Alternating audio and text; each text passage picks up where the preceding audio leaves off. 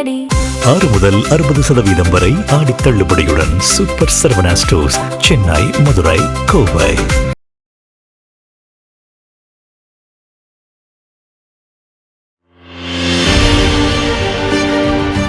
Black and white நேயர்களுக்கு வணக்கம். அரசியல் சூத்திரம் நிகழ்ச்சியில் மூத்த பத்திரிகையாளர் சுவாமிநாதன் நம்முடன் இணைகிறார். வணக்கம் சார். வணக்கம்.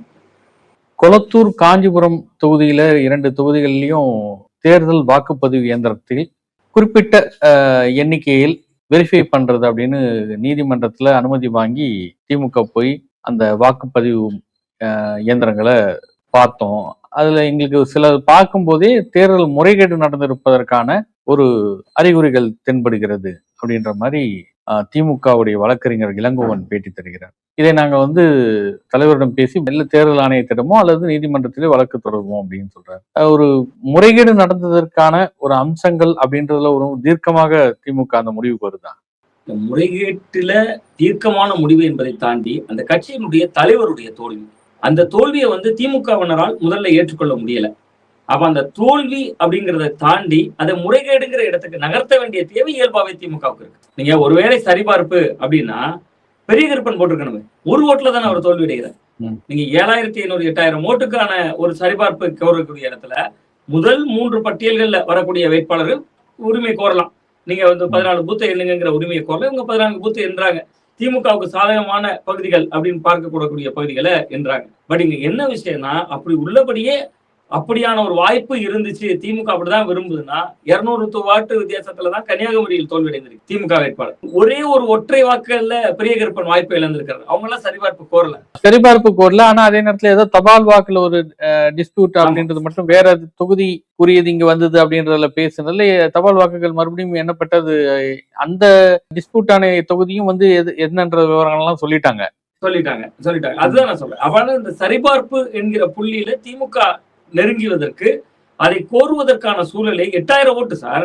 என்ன நினைக்கிறாங்கன்னா, திமுக தலைவருடைய தோல்வி என்கிற புள்ளியிலிருந்து முறைகேடுங்கிற புள்ளிக்கு இதனால் நகர்த்தப்படுதார். நேற்று வரை நம்ம தோல்வி, மு.க. ஸ்டாலின் அவர்கள் தோல்வி அப்படின்னு நம்ம பேசிட்டு இருந்ததை முறைகேடு அப்படிங்கிற இடம் நோக்கி திமுக நகர்த்தி இருக்காங்க. அதான் சட்டப்பேரவையில 5 நிமிஷம் பேசியதற்கே கொளத்தூர்ல கொத்து பரோட்டா அப்படின்னு பேசிய அந்த செய்தி திமுகவை இன்னும் ஆழமாக சட்ட போராட்டம் நடத்தும் இடத்துக்கு தள்ள வைத்து அது முறைகேடு அந்த இடத்துக்கு கொண்டு போய் நிறுத்தும் போது, இனி இப்படி பேசினா இல்ல அதுல முறைகேடு நடந்திருக்குது நாங்க பாருங்க அப்படின்ற அந்த விவாதத்திற்கு இது உதவும் அப்படின்றதுக்காகவா? ஆமா, நிச்சயமா அதற்கும் உதவும் சார். நீங்க சொன்னது முக்கியமான ஒரு பாயிண்ட். கொத்து புரோட்டா அதை விட முக்கியம், அப்பாவை காணான்னு தேடினாரு. அப்பாவை நீங்க தோல்வி அடைந்து காணாம ஆக்கல, முறைகேடு செய்து காணாம ஆக்கிட்டீங்க அப்படிங்கிற இடத்துக்கு திமுகவுக்கு இந்த வாதம் ஒண்ணு வலுசே இருக்கும். ஏன்னா கிட்டத்தட்ட ஒரு 8000 வாக்குகளுக்கு மேல வித்தியாசத்துல தோல்வி அடைந்த ஒரு தொகுதி. அதுல நீங்க இன்னொன்று, தேர்தல் ஆணையம் தேர்தலை நடத்தியது. இங்க பாஜக ஜெயித்தா நம்ம சந்தேகிக்கலாம். ஒருவேளை பாஜக இந்த தொகுதியில் வெற்றி பெற்று விட்டது அப்படின்னா சந்தேகிக்கலாம். பாஜகவுக்கும் திமுகவுக்குமான கடந்த கால பகைமை கூட அண்மை காலமா இல்லையே. நீங்க இந்த வந்தே மாதரம் விவகாரத்துல வேண்டுமானால் கனிமொழி போன்றவர்கள் ரொம்ப போராட்டம் செய்தார்கள், பாராளுமன்றத்தை ஒழுக்கிறாங்கன்னு நம்ம சொல்லலாம். அதே நேரத்துல நீட் அந்த போராட்டத்தின் போது தமிழ்நாட்டுல திமுகவும் கைகோர்த்து போராடலையே. எப்படி தாவேக்கா மீதான விமர்சனம் இருக்கோ, தாவேக்கா அதை எப்படி நிறுத்த போக செய்தார்களோ, அதே போன்று திமுகவும் இங்க இருக்கக்கூடிய மாணவர் அமைப்புகளோடு இளைஞர்களோடு போராடலையே. அப்ப நீங்க தேர்தல் ஆணையம் என்பது தாவேக்காவுக்கு பாத்தியப்பட்ட அமைப்பு இல்லையே. அப்ப அதுல முறைகேடு என்பதை எதை நிறுவ முயல முடியும்? நீங்க அதை சரிபார்ப்பு அப்படின்னு கேட்கறதே, இங்க ஒருவேளை பாஜக வெற்றி பெற்றிருக்கிறது அல்லது பாஜக அந்த தொகுதியில கணிசமான வாக்குகளை பெற்றுட்டாங்க அப்படின்னா ஒரு லாஜிக்கலா ஏதோ ஒரு வகையில ஒரு கனெக்ட் ஆகக்கூடிய புள்ளி நம்ம சொல்லலாம். இங்க முழுக்க ஒரு அரசியல் மையத்துல ஒரு முதல்வராக இருக்கக்கூடியவர், தமிழக வெற்றி கழகத்துடைய தலைவராக இருக்கக்கூடியவர், ஒரு மாண்பு நிறைந்த சட்டமன்றம் அங்கு செய்கை செய்து காட்டுகிறார், முடித்து விட்டுட்டோங்கிற மாதிரியான செய்கை காட்டுகிறாரு. இன்னொரு பக்கத்துல அப்பாவை காணான்னு நடித்து காட்டுகிறார். நீங்க சொன்ன மாதிரி இன்னொரு கூட்டங்கள்ல பேசுகிற பொழுது நாங்க கொத்து புரோட்டா போட்டுட்டோம் என்பது போன்ற வார்த்தை பிரதிவாதங்களை பயன்படுத்துகிறார். அப்ப இது திமுகவுக்கு இயல்பாகவே நாங்க தோல்வி அடையலைங்க, முறைகேடு செய்து எங்களை வீழ்த்திட்டீங்க அப்படிங்கிற இடம் நோக்கி நகர்த்துறாங்க. அதற்கான சில வாய்ப்புகளை இந்த சரிபார்ப்பு என்கிற அந்த புள்ளி தரும் தான் நான் நம்புகிறேன். ஏன்னா நாளைக்கு கிரவுண்ட்ல திமுக பயங்கரமா களமாடுவாங்கல்ல. கிட்டத்தட்ட இன்னும் நாட்கள் இருக்கிறது. அதிகாரிகள் முழுதாக எண்ணி இன்னும் முடிந்து விடல, குறைந்தது 7 நாட்கள் ஆகும்னு சொல்லியிருந்தாங்க. இன்றைக்கு 4வது நாள் என்று நினைக்கிறேன் நம்ம பேசிட்டு இருக்கிற இந்த நேரம். அவ கிட்டத்தட்ட இன்னுமே ஒரு 3-4 நாட்கள் எண்ணுகிற பொழுது இன்னைக்கு திமுக வழக்கறிஞர் பேட்டி கொடுத்திருக்கிறார். அதிகாரிகள் இனி வெளியில பேட்டி கொடுப்பாங்க. அப்ப அந்த அதிகாரிகள் பேட்டியை ஓவர்டேக் பண்ணி திமுகவோட ஐடி களமாடணும். எல்லாரும் களமாடுவாங்க. அப்படி களமாடுகிற பொழுது இது திமுகவின் மீதான ஒரு களங்கம். ஒரு முதல்வர் தோத்துட்டாருங்க, ஒரு முன்னாள் முதல்வர் தோத்துட்டாரு, திமுகவோட தலைவரே தோல்வி அடைந்து விட்டார் அப்படிங்கிற இடத்திலிருந்து இதை முறைகேடு என்கிற இடம் நோக்கி நகர்த்துறாங்க. திமுகவுடைய அரசியல் சாதுரியமான நடவடிக்கை தான் இதை பாக்குறேன். தாவேக்காவுக்கு இப்படியான ஒரு அணுகுமுறையும் தேவை. இல்லை என்றால் அவர்கள் தொடர்ந்து எதிர்மறையாக பயங்கரமா டேமேஜ் பண்ற மாதிரியான விமர்சனங்களை வைக்கிறப்ப திமுக இதை வந்து ஒரு ஒரு சமநிலை ஆட்டத்துக்குள்ள நகர்த்துறாங்க. இப்ப இந்த காவேரி பேச்சுவார்த்தை அதற்காக கர்நாடகா விஜய் செல்கிறார். விஜய் வர வேண்டாம், இப்போது சூழல் சரியில்லை என்று கர்நாடக முதலமைச்சர் மறுக்கிறார் அப்படின்ற இந்த தொடர்பான விமர்சனம் எதிர்க்கட்சி திமுக அதனுடைய தலைவர் ஸ்டாலின் இன்னைக்கு ஒரு அறிக்கையில வெளியிட்டு இருக்கும் போது, எங்களுடைய முதலமைச்சருக்கு அனுமதி மறுத்து, ஆனா அவங்க அனைத்து கட்சி கூட்டத்தை போடுறாங்க, இங்க நீங்க அனைத்து கட்சி கூட்ட முடியுமா முடியாதா அப்படின்னு கேள்வி எழுப்புறாரு. அதாவது தனியாவர்த்தனம் செய்யலாம்னு நினைச்சீங்க, உங்களை தனிமைப்படுத்தி விட்டார்களா அப்படின்ற மாதிரி எல்லாம் கேள்வி கேட்டிருக்கிறார். காவிரி விஷயத்தில் எல்லா கட்சிகளும் ஒரு புள்ளியில் நிற்கின்றன, கர்நாடகாவுடன் போய் பேச்சுவார்த்தை நடத்தக்கூடாது என்று. தாவேகா காவேரி விவகாரம் தொடர்பாக கர்நாடக முதலமைச்சருடன் பேச்சுவார்த்தை என்ற இடத்துக்கு நகர்கிறது. ஆனால் இன்னைக்கு இந்த ஒரு பிரச்சனை சிக்கலா நின்று கர்நாடகாவே வேண்டாம் என்று மறுத்த இடத்தில் ஒரு சிக்கல் தொடங்குகிறதா? இல்லாம சார், நிச்சயமா இது விஜய் அவர்களுடைய வியூகம் தோல்வி அடைந்திருக்கிறது. இங்க கடந்த காலங்கள்ல தனக்கு யார் அரசியல் எதிரி என்பதையும் விஜய் தான் தீர்மானித்தார். களத்தில் இல்லாதவர்கள் அதிமுகவை உதாசீனப்படுத்தினார். மக்களும் அந்த முடிவை கொடுத்தாங்க. கடைசியில் அதான் நடந்தது. திமுக மிக தீவிரமாக பாஜக எதிர்ப்பு அரசியல பேசுறாங்க. அவர்களையும் களத்தில் இல்லாதவர்கள். பாஜகவும் ஜெயிக்க முடியல, பாஜகவை எதிர்த்தவர்களும் ஜெயிக்க முடியல. அப்ப இதெல்லாம் வியூகங்கள். கடந்த கால விஜய் அவர்களுடைய வியூகங்கள் எல்லாமே வெற்றி பெற்றது. ஆனா அவர் முதல்வரான பின்பு வகுத்த வியூகங்கள்ல பல வியூகங்கள் தோல்விதான் அடைந்திருக்கிறது. ஒரு உதாரணம் நான் இதுக்குள்ள வந்துடுறேன். அதற்கு முன்பு ஒரு உதாரணம், வைகோ அவர்களை போய் சந்தித்தார். 2 எம்எல்ஏக்கள் ராஜினாமா செய்வார்கள் என்பது எதிர்பார்ப்பாக இருந்தது. அதை நான் குற்றச்சாட்டாக சொல்லல. வைகோ அவர்களே பேட்டியில் சொன்னார். காலப்போக்கில் அவர் மறுத்தார். அவர் எப்பொழுதும் அப்படிதான், முதல்ல மனதில் தோன்றியதை வெளிப்படையாக பேசி விடுவார். 2வதா சூழலை உணர்ந்து மாற்றுவார். அதுதான் அவருடைய கடந்த கால வரலாறாக இருந்திருக்கு. அப்ப அந்த 2 எம்எல்ஏக்கள் ராஜினாமா செய்யல, அங்க முதல் தோல்வி. அதிமுகல இருந்து ஒரு போராட்டம் செய்து வெளியில் வரக்கூடிய எம்எல்ஏக்களுடைய எண்ணிக்கை முதல்ல 25 பேர் ஆதரிச்சாங்க. அது இன்னும் கூடும், 3/2 பங்கு நெருங்கிவிடும் என்று வியூகம் வகுத்தாங்க. அந்த வியூகம் நடக்கல. இப்ப மிக மிக முக்கியமா நீங்க கேட்டது மாதிரி, அவர் சினிமால ஹீரோவாக நடித்தவர், இப்ப முதல்வராகி விட்டார். தனக்கு மட்டும்தான் அந்த லைம் லைட் நம்ம சொல்லுவோம் சார். அது மாதிரி நாம் எடுக்கிற முடிவுகள்ல தான் மட்டும்தான் இருக்கணும், ஒண்ணுமே இல்லை. தாவேக்காவுடைய ஆதரவு கட்சிகளுடைய கூட்டம் நடந்தது. அந்த கூட்டத்தினுடைய புகைப்படத்துல விஜய் அவர்கள் இல்லை. அப்ப கிட்டத்தட்ட அவருடைய அணுகுமுறையில விஜய் அவர்களை சந்திப்பது அரிதான விஷயம், விஜய் அவர்களை பார்க்கிறதே அரிதான விஷயம். அவர் சொன்னாலே செய்தாலே தமிழ்நாட்டு நலனுக்காக தான் இருக்கும் என்பதாக நிறுவ முயற்சி பண்ணாங்க. அதனாலதான் நீங்க இந்த கிரெடிட்டை கூட்டணி எதிர்கட்சிகளுக்கும் கொடுக்கல, கூட்டணி கட்சிகளுக்கும் கொடுக்கல. கூட்டணி கட்சிகளுக்கான இந்த காவிரி விவகாரம் தொடர்பாக அவங்க கருத்தையே கேட்கல. சண்முகம் படித்து சொன்னாரே சார், மார்க்சிஸ்ட் கம்யூனிஸ்ட் கட்சியினுடைய மாநில செயலாளர் மறுபரிசீலனை செய்யுங்கன்னு. நீங்க அதே குரல தான் இடதுசாரிகள் பேசுகிற பொழுது அதையும் செவிமடுக்கல. இப்ப நீங்க கேட்டது ரொம்ப முக்கியமான ஒரு இடம். முக ஸ்டாலின் அவர்கள் அறிக்கையில் சொல்லியிருக்கிற மாதிரி, இவர் ஒரு 3ஆம் தேதி போறதுக்கு திட்டமிடுகிறார். நீங்க வராதிங்கன்னு சொல்றாரு. 2ஆம் தேதியே அனைத்து கட்சி கூட்டத்தையும் கூட்டுறாரு. இப்ப நீங்க ஒருவேளை விஜய் இந்த அழைப்பை எல்லாம் புறக்கணித்து, வாட்டல் நாகராஜ் என்ன போராட்டம் பண்ணாலும் பரவாயில்ல, நான் ஹீரோங்க, நான் வந்தா எப்படி இருக்கும் தெரியுமா, கர்நாடகாவில் கூடிய ரசிகர்களே திரண்டுருவாங்க அப்படிங்கிற நம்பிக்கையில் அவர் போனாலும் கூட, கர்நாடக மக்களுக்கு உண்மையாக இருந்தவர் டி கே சிவகுமார். 2ஆம் தேதி அனைத்து கட்சி கூட்டத்தை கூட்டிட்டாரு. விஜய் அவர்கள் 3ஆம் தேதி வர்றதை பத்தி இன்னமும் ஒரு தீர்க்கமான முடிவு இல்லை. டி கே சிவகுமார் அவர்கள் வர வேண்டாம். கர்நாடகாவும் கொஞ்சம் பயந்துருக்குமா அச்சத்தில்? ஏன்னா சோசியல் மீடியால பாத்தீங்கன்னாக்க ட்ரெண்டா போயிட்டு இருக்கிற ஒரு விஷயம், கில்லி படத்துல இருக்கிற ஒரு வசன காட்சி தான் ரொம்ப பிரதானமா வைரல் ஆகிட்டு இருக்கு. அதாவது இவரு கர்நாடகாவுக்கு அனுப்பினீங்கன்னா காவேரியே பேத்து எடுத்துட்டு வந்துருவாருங்க அப்படின்னு பாண்டு ஒரு போலீஸ் கேரக்டர்ல பேசியிருப்பாரு. அதுதான் இன்னைக்கு அவரு கர்நாடக முதலமைச்சரை சந்திக்க போகிறார் விஜய் அப்படின்னு சொல்ற நேரத்துல இருந்து இது பெருசா போயிட்டு இருக்கு. இது மாதிரியான விஷயங்கள் திரைப்படத்தில் சொல்வது போன்றவே நிஜத்திலும் நடந்துவிடும் அப்படின்றது கர்நாடகாவுக்கு ஏதாவது ஒரு அச்சம் இருக்குமா? இல்ல, கர்நாடகா விஜய் அவர்களை பார்த்து அச்சப்படும் என்பதாக நான் நம்பவில்லை. காரணம் என்னன்னா, நீங்க கர்நாடகால விஜய் ரசிகர்கள் இருப்பாங்க. இப்ப பெங்களூர் போன்ற பெருநகரங்களில் விஜய் அவர்களுக்கு கணிசமான ரசிகர்கள் இருக்காங்க. அங்கு உணர்வு ரீதியாக தண்ணீர் என்பது பெங்களூருக்கு இன்னைக்கு ரொம்ப தேவை என்று கர்நாடகா தொடர்ந்து பேசி வருது. நீங்க நாங்க மேகதாது கட்டுரைக்கு காரணமே பெங்களூர் நகரனுடைய குடிநீர் தேவைங்கிறாங்க. ஒரு மனுஷனுக்கு உணவு, உடை, உறைவிடம் அடிப்படை தேவை. அந்த அடிப்படை தேவையை விட விஜய் அவர்களுடைய மேல ஒரு ஈர்ப்பு, அதையும் கடந்து அவங்க சொல்ல ஆரம்பிச்சிட்டாங்க. அதான் மேகதாது கட்டா தமிழ்நாட்டுக்கும் பலன் அப்படின்றது அளவுக்கு பேச ஆரம்பிச்சிட்டாங்க. ஆமா ஆமா சார், அந்த அளவுக்கு அவர்கள் நகர்த்துறாங்க. சோ அப்படி நீங்க பேசுகிற பொழுது விஜய் அவர்களை பார்த்து கர்நாடகா அச்சப்படுகிறது என்பதை விட ராகுல் காந்தி ஒருவேளை அச்சப்படலாம். இந்த கூட்டணியில தமிழ்நாட்டுல அமைச்சரவையில் இடம்பெற்றிருக்கிறது காங்கிரஸ் கட்சி.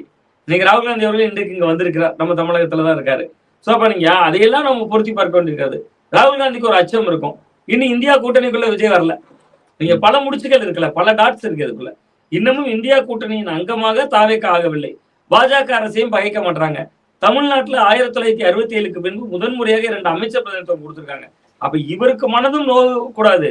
நீங்க இன்னும் இதை நம்ம டீகோட் பண்ணணும் சார். 2024 எலெக்ஷன் ரிசல்ட் தமிழ்நாட்டுல காங்கிரஸ் ஜெயிச்சது 9 தொகுதி, கர்நாடகால ஜெயிச்சது 9 தொகுதி. அப்ப அது சமநிலையா இருக்கு. அப்ப ராகுல் காந்தி அவர்களுக்கு தான் இப்ப ரெட்ட டென்ஷன். விஜய் அவர்களுக்கு தமிழ்நாட்டுல இருந்து தண்ணி வாங்கிட்டு வந்துட்டோம், எம்ஜிஆருக்கு அப்புறம் இவர் தாங்க பெரிய ஆளு, பெரிய ஆளுமைங்க பேர் வாங்கிடலாம். டி.கே. சிவகுமார் கொடுக்காம இருந்துட்டாலே பேர் வாங்கிடலாம். ராகுல் காந்தி எப்படி சமாளிப்பாரு? 2 பேரையும் சமாளிக்கணும். நீங்க டி.கே. சிவகுமார் கிட்ட இருக்கிறது ஒரு ஆட்சி, ஒரு அதிகாரம். இந்தியாவில் வந்து தென் மாநிலங்கள்ல தான் இன்னைக்கு கேரளா, கர்நாடகா போன்ற பகுதிகளில் தான் ஆட்சியில் இருக்காங்க. அதுல தமிழ்நாட்டுல இன்னைக்கு மந்திரி சபையில் இடம் பெற்றுட்டாங்க. ஏறக்குறைய தேர்தலுக்கு முந்தைய காங்கிரஸ் ஒரு நிலைப்பாடு இருந்துச்சு சார். திமுகட்டையும் நல்ல விசுவாசமா இருக்க போல கொஞ்சம் பேர் பேசுவாங்க, கொஞ்சம் பேர் எதிர்ப்பாங்க, கொஞ்சம் பேர் தாவேக்காக்கும் நல்ல மார்க் கொடுப்பாங்க. அதே மாதிரி இப்ப கர்நாடகாவுக்கும் தமிழ்நாட்டுக்கு இடையில மத்தளவா இருந்து, கொட்டா இருந்து 2 பக்கமும் அடி வாங்குற இடத்துல ராகுல் காந்தி இருக்காரு. அவருக்கு தான் இது குடைச்சல். நம்ம பேரும் 6 முதல் 60% வரை ஆடி தள்ளுபடியுடன் சூப்பர் சரவணா ஸ்டோர்ஸ், சென்னை, மதுரை, கோவை. இது ஒரு பேலன்ஸ் பண்றாங்க அப்படின்னு எடுத்துக்க முடியுமா? அதாவது கர்நாடக முதலமைச்சரிடம் போய் விஜய் பேச்சுவார்த்தை நடத்தி காவிரியில் தண்ணீர் திறந்து விடப்படவில்லை அப்படின்னு சொன்னா இது காங்கிரசுக்கும் சேர்த்து ஒரு பாதிப்பு தான் தமிழ்நாட்டுல உருவாக்கும். விஜய்க்கு ஒரு பின்னடைவு அப்படின்றதை கடந்து காங்கிரசுக்கும் ஒரு பெரு பின்னடைவு. கர்நாடகாவில் வேணா அது ஒரு கெயினா இருக்கலாம். அதற்கு மாறாக சந்திப்பே ரத்து அப்படின்னு விட்டா நாங்கள் வேண்டுகோள் விடுக்கிறோம், இன்னொரு நாள் சொல்கிறோம் அப்படின்னு போகும்போது காங்கிரசுக்கு ஒருவேளை இது ஒரு பலனளிக்கிற விஷயமா இருக்குமா, பேலன்ஸ் பண்ற விஷயமா இருக்குமா? அவன் நிச்சயமா இது பேலன்ஸ் நோக்கி நகர்ந்துட்டாங்க சார். ஏன்னா கர்நாடகால இது அவர்களுக்கு நல்ல பலனை கொடுக்கும். வாட்டல் நாகராஜ் பந்துக்கெல்லாம் அழைப்பு கொடுத்திருக்கிறாருங்க. ஒரு கர்நாடகா மாநிலம் முழுவதும் காலை 6 மணி முதல் மாலை 6 மணி வரை பந்து என்பது போன்ற நோக்கி நகர்ந்து விட்டார்கள். சோ அப்ப அந்த நேரத்துல விஜய் அவர்கள் அவர் சந்திச்சா கர்நாடகால பெரும் பாதிப்பு ஏற்படுத்தியிருக்கும். டி.கே. சிவகுமார் அவர்களுக்கு அது பின்னடைவை தந்திருக்கும். அப்ப அந்த நேரத்துல அவர்கள் வந்து கர்நாடகத்துல ஒரு பேலன்ஸ் பண்ணிட்டாங்க. ஆனா தமிழ்நாட்டுல விஜய் அவர்களுக்குன்னு ஒரு இமேஜ் இருக்குல்ல. விஜய் போனா நீங்க சொன்னீங்கல்ல அந்த கில்லி படம், அது அந்த கிட்டத்தட்ட த்ரிஷா அவர்களை அவரு கூட்டிட்டு போற நேரத்துல வரக்கூடிய சீன் நினைக்கிறேன். பாண்டு ஓவியம் வரையெல்லாம் கார்ட்டூன் காட்டுவாரு, அந்த மாதிரியான ஒரு காட்சி நேரம். நீங்க சொன்ன பிறகுதான் தெரியுது அந்த அளவுக்கு சோசியல் மீடியால அதையுமே ட்ரெண்ட் பண்ணிருக்காங்க. அப்ப அந்த அளவுக்கு ட்ரெண்ட் பண்ண ஒரு விஷயத்துல கடைசி ட்ரோல் மெட்டீரியலா மாறதுக்கு வாய்ப்பு இருக்குல்ல. என்னங்க ஒரு போறேன்னு சொன்ன அன்னைக்கு முகஸ்டாலினுடைய அறிக்கை அதுதானே சுட்டி காட்டுது. நீங்க ஒரு தனி ஆவணத்தை ஆட விரும்புறீங்க. மு.க. ஸ்டாலின் அறிக்கையோடைய இன்னொரு செய்தி என்னன்னா, கிருஷ்ணராஜ சாகர் அணை நிரம்பி கொண்டிருக்கிறது, மழை அதிகமாக பெய்து கொண்டிருக்கிறதுன்றாங்க. இப்ப கர்நாடக முதலமைச்சர் நாங்கள் இன்னொரு நாள் சொல்கிறோம், இந்த பதற்றமான சூழலில் வேணாம், இப்ப சூழல் சரியில்லை அப்படின்னு சொல்லக்கூடிய இடத்துல இருந்து சரி இன்னொரு 4-5 நாள்ல ஒரு வாரம் கழித்து ஒரு தேதி நிர்ணயம் செய்யும் போது இயற்கையே ஒருவேளை எப்போதுமே கர்நாடகா தானாக தண்ணீர் திறந்து விட போகுது. அணை நிரம்பினாதான் அந்த தண்ணீரை அவங்களுக்கு பாதிப்பு வரக்கூடாதுன்னு நமக்கு வந்து திறந்து விடக்கூடிய ஒரு விஷயம். இப்ப இயற்கையாகவே அது சாதகமாக அமைந்தால் விஜய் பேச்சுவார்த்தை நடத்தி விட்டு வந்தார், அணை நிரம்பி விட்டது, விஜய் பேச்சுவார்த்தையின் மூலம் வெற்றி, காவிரியிலிருந்து தண்ணீர் திறப்பு அப்படின்ற ஒரு விஷயமும் ஒருவேளை நடக்கிறதுக்கு வாய்ப்பு இருக்கா? அவனுக்கு நாட்கள் தள்ளி போகிற பொழுது நீங்கள் சொல்லும் போது அது இயற்கையின் நியதி. அது நம்ம வந்து இயற்கை திடீர்னு நீங்க சொன்னதை வரை அணைகள் பெரும்பாலும் நிறைந்து விட்டால் அவர்களுக்கு அணை பாதுகாப்பு பிளஸ் தேவைக்கான மிகுதியான தண்ணீர் எல்லாவற்றுக்காகவும் திறந்து விடுறதுக்கு வாய்ப்பு இருக்கு. பட் நீங்க என்றைக்கு ஒரு போய் அங்க போய் பேசுறாரோ சார், அதுல என்ன அடிநாதம்னா மேகதாது விவகாரத்தை நம்ம ஏற்கனவே சட்டமன்றத்துல தீர்மானம் போட்டு நம்ம அது வரவே கூடாது, கட்ட அனுமதிக்க கூடாதுன்னு தீர்மானம் போட்டுட்டோம். எப்ப அதற்கு அப்புறம் போகக்கூடிய பிரச்சனையில பேசு பொருள்ல மேகதாது அணை விவகாரமும் வந்து விட்டதோ நாம் ஏற்றுக்கொண்ட விவகாரமாக மாறிடும். தமிழ்நாடுக்கும் கர்நாடகாவுக்கும் மேகதாது விவகாரம் கட்டுறது தொடர்பாக பிரச்சனை இருக்கு. நீங்க கட்டக்கூடாதுங்கிறத நம்முடைய நிலைப்பாடு. நீங்க கட்டுவதற்கு அனுமதி கொடுத்தாலோ அல்லது பாதி இப்படி கட்டுங்க அப்படி கட்டுங்கன்னு சொன்னாலோ தானே அதுல பேச்சுவார்த்தைக்கான ஒரு தேவையே வருது. சோ அது வந்து ஒரு பின்னடைவு. தலைக்கா அரசினுடைய ஒரு மிதமிஞ்சிய நம்பிக்கை அது. பட் ஆனா நீங்க கேட்ட மாதிரி இயற்கையின் நீதியால் தண்ணீர் வந்தால் அந்த கிரெடிட்டும் விஜய் அவர்களுக்கு தான் போகும். அதே அவர்கள் இன்னும் சொல்ல போனா நீங்க அந்த காவிரி உற்பத்தி ஆகிற இடத்துல இருந்தே ரீல்ஸ் போட ஆரம்பிச்சிருவாங்க. அங்கிருந்தே வந்து தமிழ்நாட்டுக்குள்ள பாயிற மாதிரி ரீல்ஸ் எல்லாம் நம்ம பார்க்கலாம். அப்படி ஒரு வேலை நடந்து விட்டா. நம்ம பேசிட்டு இருக்க நேரத்துல புதிய தலைமுறையில ஒரு பிரேக்கிங் நியூஸ் போகுது. அனைத்து அணைகளும் அதன் கொள்ளளவை நிரம்பும் நிலையில் இருக்கிறது, அதனால தண்ணீர் திறந்து விடாமன்ற ஆலோசனை மாதிரி டி.கே. சிவகுமார் ஈடுபட்டு இருக்கிறார் அப்படின்ற ஒரு விஷயம் இருக்குது. இது வந்து ஒருவேளை சந்திப்பதற்கு முன்னாடியோ இல்லை இந்த கட்டத்தில் திறந்து விடுவதற்காக சந்திப்பு அப்படின்றதும் ஏதாவது ஒரு கட்டத்தில் நடக்கதான் செய்யுமா? அது அவங்க சந்திப்பதற்கான வாய்ப்பு என்பது ரொம்ப குறைவாக இருக்கும். ஒருவேளை 3ஆம் தேதி திறந்து விட்டுட்டாங்கன்னு வச்சுங்க சார். 3ஆம் தேதி காவிரி விவகாரத்திற்காக கர்நாடகாவிற்கு கால் வைப்பதற்கு முன்பே காவிரி தண்ணீர் நம் தமிழகத்தில் தரம் வைத்து விட்டதுன்னு சொல்லிட முடியும். அந்த வாய்ப்பும் இருக்கு அவர்களுக்கு. ஏன்னா நீங்க சொன்ன மாதிரி இயற்கையினுடைய நீதியால் மழை பெய்து கொண்டிருக்கிறது. சோ விஜய் அவர்கள் எடுத்த ஒரு முன்னெடுப்பு, அந்த முன்னெடுப்பில் விமர்சனம் இருக்கிறது. அனைத்து கட்சி கூட்டங்களையும் கூட்டி இருக்க வேண்டும், அனைத்து கட்சி கூட்டங்களிடம் கருத்து கேட்டு. ஏன்னா நீங்க உங்களுக்கு மக்கள் கொடுத்துருக்கிறது 108 இடம் தான். 108க்கு வெளியில இருக்காங்களே சட்டமன்ற உறுப்பினர்கள், அதுவும் பெரும்பான்மையில. எப்படி 234ல உங்களுக்கு பெரும்பான்மை இல்லையோ, அதே போன்று அந்த 108 மட்டுமே பெரும்பான்மை இல்லையே, 108க்கு வெளியில பெரிய நம்பர்ஸ் இருக்குல்ல. அப்ப எல்லாரையும் கலந்து ஆலோசித்திருக்கணும். இன்னும் சொல்ல போனா முந்தைய திமுக ஆட்சியில் சார் எம்எல்ஏக்களே இருக்க மாட்டாங்க. தேர்தல் ஆணையத்துல பதிவு செய்யப்பட்ட அரசியல் கட்சிகளுக்கு கூட அழைப்பு கொடுப்பாங்க. அது மாதிரி எல்லாரையும் கேட்கணும், கருத்துரிமை அதுதான். அந்த அடிப்படையில் விஜய் அவர்கள் இயங்கினால் அந்த ஜனநாயகன்னு ஒரு படம் வந்திருப்பது போன்று அதுவும் ஒரு ஜனநாயக தன்மை கொண்டதாக இருக்கும் தான் பாக்குறேன். தேமுதிக இதற்காக போராட்டம் நடத்தியது. இன்னைக்கு இந்த போராட்டத்துல கோஷம் பாத்தீங்கன்னா திமுக கூட சொல்லாத ஒரு கோஷமாக தேமுதிக முன்னெடுக்குது. அதாவது சிஎம் அங்கிள் அரிசி விலை ஏறி போச்சு, டெல்டா காஞ்சி போச்சு அப்படின்னு கோஷமிடுறாங்க அவங்க. தேமுதிகவுடைய இந்த அரசியல், இந்த கோஷம், விமர்சன பார்வை இதெல்லாம் கொஞ்சம் கூர்மையாகுதா, இல்ல ஒரு ஓவர்டேக் பண்றதுக்கான ஒரு விஷயமாவும் தெரியுதா? இல்ல சார், தேர்தலோட திமுகவுக்கு அதிக பாரத்தை தந்தது தேமுதிகங்கிற மாதிரியான ஒரு பேச்சு வந்தது. 10 தொகுதிகள் அவர்களுக்கு கூடுதல், மற்ற கட்சிகளுக்கு எல்லாம் இவ்வளவு எண்ணிக்கை குறைக்கப்பட்டது. தேர்தல் முடிந்த பிறகும் திருமாவளவன் பேச்சிலிருந்து வைகோ பேச்சிலிருந்து எல்லாம் இன்னும் வெளிப்பட்டு கொண்டுதான் இருக்கு. வெளிப்பட்டது. இப்ப இந்த போன்ற காட்சிகளை பாக்குறப்ப அந்த 10 சீட்டு கொடுத்துட்டாங்க. ராஜ்யசபா எம்பி நமக்கு கிட்டத்தட்ட எல்கே சுதீஷுக்கு கொடுத்துட்டாங்க. சோ ரொம்ப விசுவாசமாக செயல்படுகிறார்கள். அதை தான் நம்ம பார்க்கணும். முதல்ல கிட்டத்தட்ட இதுல ரொம்ப அடிநாதம் அதுதான் நான் பாக்குறேன். இன்னொன்று, இதற்கு முன்பு பிரேமலதா விஜயகாந்த் அவர்கள் ஒரு விஷயம் பேசியிருந்தாங்க. நான் நினைத்திருந்தால் துணை முதல்வர் கூட கொடுத்திருப்பாரு விஜய் அவர்கள், எந்த அமைச்சர் கேட்டாலும் கொடுத்திருப்பாரு. அந்த அளவிற்கு உண்மையிலேயே 2 குடும்பத்திற்கும் இடையில ஒரு நட்பும் இருந்தது.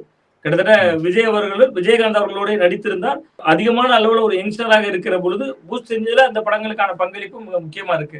இவ்வளவு இருந்த பின்பும் கூட அந்த ஒரு 10 சீட்டு கொடுத்தாங்க, ஒரு ராஜ்யசபா எம்பி கொடுத்தாங்க அப்படிங்கிறதுல ரொம்ப ரொம்ப விசுவாசமாக இருக்கிறார்கள். இந்த விஷயம் நமக்கு சொல்லக்கூடிய செய்தி என்பது, திமுகவிடம் யாரெல்லாம் தொகுதிகளை குறைத்து பெற்றுக் கொண்டார்களோ அவர்கள் யாருமே இன்னைக்கு இல்லையே சார். ஆனா 10 சீட்டு வாங்கி ஒரே ஒரு சீட்டு ஜெயிச்சாலும் தேமுதிக இன்னைக்கு உறுதியோட இருக்காங்க, கொள்கை பிடிப்போடு இருக்காங்க, திமுகவுக்கு ஒரு நம்பத்தகுந்த பார்ட்னரா இருக்காங்க. அந்த வகையில் அவர்கள் அதனால்தான் களமாடுறாங்கன்னு நான் பாக்குறேன். அடுத்தடுத்து வேறு தேர்தல்கள், உள்ளாட்சி தேர்தல்கள் எல்லாம் வந்தாலும் அவர்கள் திமுக கூட்டணியில் தொடர்வார்கள் என்பதற்கான அச்சாரமாகத்தான் இதை நம்ம பார்க்க வேண்டியிருக்கு. இன்னொன்னு நீங்க கேட்ட மாதிரி அங்கிள் என்கிற ஒரு விமர்சனம் கிட்டத்தட்ட மு.க. ஸ்டாலின் அவர்களை நோக்கி விஜய் அவர்கள் சொன்னது சிஎம் அங்கிள் அப்படின்னு முதல்ல பேச ஆரம்பித்தார். அப்புறம் காலப்போக்கில் சிஎம் சார்னு மாத்தினார். இப்ப இன்னைக்கு முதல்வர் அங்கிள் அப்படின்னு சொல்றாங்க.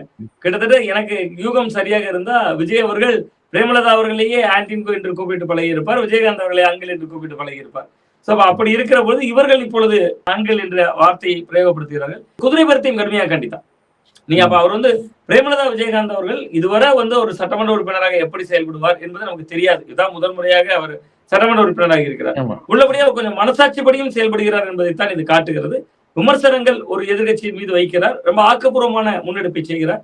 பட் இது மிதமிஞ்சிற விமர்சனமா, அளவான விமர்சனமான அதுல 2 அட்டம்ப்ட் பாக்குறேன். ஒன்று, திமுகவிடம் இருக்கக்கூடிய அந்த உறவை அவர் தொடர்ந்து தக்க வைத்துக் கொண்டே இருப்பதற்கான முன்னெடுப்பு. இன்னொன்று, தாவேக்காவுடைய கவனத்தை ஈர்ப்பதற்கு கூட செய்யலாம்.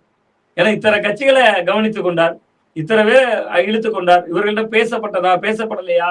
ஆனா அவரே சொல்கிறார், பிரேமலதா அவர்களே கடந்த காலத்துல சொன்னார், நான் நினைத்திருந்தால் எந்த பொறுப்புக்கும் வந்திருக்க முடியும்னாரு. அவ கிட்டத்தட்ட தாவேக்காவுக்கும் நாங்களும் வலிமையா தான் இருக்கோம் அப்படிங்கிற செய்தியை உணர்த்துறாரு தான் பாக்குறேன். நன்றிங்க சார். ரொம்ப நன்றி.